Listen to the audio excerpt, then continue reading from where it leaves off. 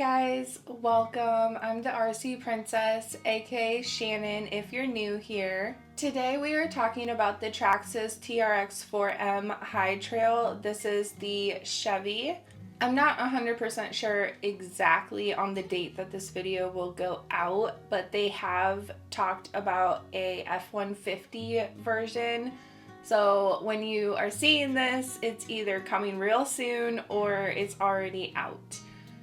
I personally am a Ford fan. Please don't hate me. I have had Chevys, like in real life, I've had Chevys and they break down. All my Fords have lasted. So personally, I am a Ford fan, but I do like Chevys occasionally. And also I'm impatient, so I needed a TRX4m High Trail like right now. I have not been able to get my hands on the black edition, which I really want because it matches my mama High Trail, but one day I'm gonna find it, and one day. I am late to the party talking about this one. I've had it since pretty much they came out. I just have not had time to sit down and talk about it, and there were other videos that were higher up on the priority list to come out, so I am a little late. Sorry you guys, but I have had it for a while and absolutely love it, so I thought I would tell you guys about it. So I want to know down in the comments below, are you a Ford or a Chevy fan, or what do you prefer? I just know that like one of the biggest debates is like Ford and Chevy, so but if you don't like either and you like something else, then let me know down there with that as well. Here it is, you guys. It's so cute. It's so pretty. I love the blue color on it. So basically this is the original TRX4m. It's just it has a few changes, obviously, because it's the High Trail edition. Here is a comparison overlook if you are curious, if you don't have the original Bronco or Defender. Here is a overview of what they look like side by side. So like I said, there's a lot of similarities. For example, they both have clipless body. I'm super glad that they kept that the same. They both come with a TQ radio.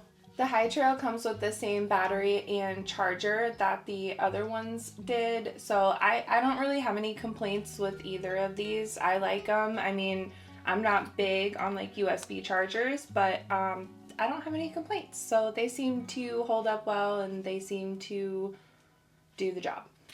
They also both weigh the same. They are 1.03 pounds and the Defender is 1.06 pounds. So the Defender is just a tad bit heavier. Some of the differences are the Bronco is $149.95 and the High Trail went up to $174.95. So there is a little bit of a price difference. Also, the wheelbases are a little different. The Bronco is 6.10 inches and the High Trail is 6.38 inches, so a little bit more of a wheelbase. Also, obviously, the ground clearance went up. The Bronco has 1.12 inches and the High Trail has 1.57 inches. The length is also a little different. The Bronco is 10.3 inches and the High Trail is 10.6 inches. So none of these measurements are like crazy different, but they are, the High Trail is just a little bit bigger in most areas. One of my favorite differences are the Bronco comes with the BF Goodrich mud terrain tires, and the High Trail comes with Mickey Thompson Baja Pro XS tires, which I was super excited about, you guys. I love Mickey Thompsons. They're awesome in my opinion. If you don't like them, that's okay. I happen to like a lot of different tires, but those are one of my favorites, so I was really excited to see that they came with that. Also, the High Trail comes with a drop-down hitch, so the trailer that you bought for the Bronco will work for the High Trail, and I thought that was super cool that they included that. And now we've reached the portion of the video where I'm gonna take it out and show you guys it crawling, but first, if you could hit that thumbs up button for me to let me know that you like this video, and also if you could hit the subscribe button and stick around for future uploads, I would really appreciate it.